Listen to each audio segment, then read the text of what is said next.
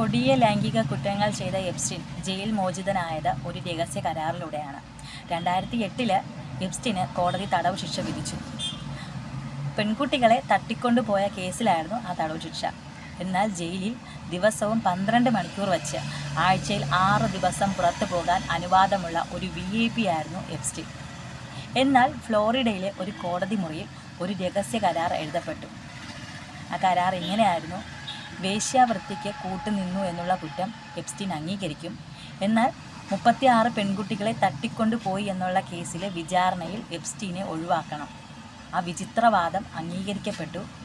അങ്ങനെ നീണ്ട 13 മാസത്തെ രാജകീയ ജയിൽവാസത്തിന് ശേഷം എപ്സ്റ്റീൻ പുറത്തിറങ്ങി. അന്ന് ഈ കരാറിന് പിന്നിൽ കൂട്ടുനിന്നത് US അറ്റോർണി അലക്സാണ്ടർ അക്കോസ്റ്റയായിരുന്നു. പിന്നീട് 2019 ട്രംപ് ആദ്യമായിട്ട് ഭരണത്തിലെത്തുമ്പോൾ ഈ അക്കോസ്റ്റ ലേബർ സെക്രട്ടറിയായി. പിന്നീടാണ് ഈ കേസ് വീണ്ടും പുറത്തു വരുന്നതും ഈ രഹസ്യ കരാർ പുറത്ത് അറിയുന്നതും. അങ്ങനെ അക്കോസ്റ്റ രാജിവെച്ചു. 2019 ന്യൂയോർക്ക് പോലീസ് എപ്സ്റ്റീനെ വീണ്ടും അറസ്റ്റ് ചെയ്തു. അറസ്റ്റ് ചെയ്ത 1 മാസങ്ങൾക്ക് ശേഷം എപ്സ്റ്റീൻ ജയിലിനുള്ളിൽ തൂങ്ങി മരിച്ച നിലയിൽ കണ്ടെത്തി.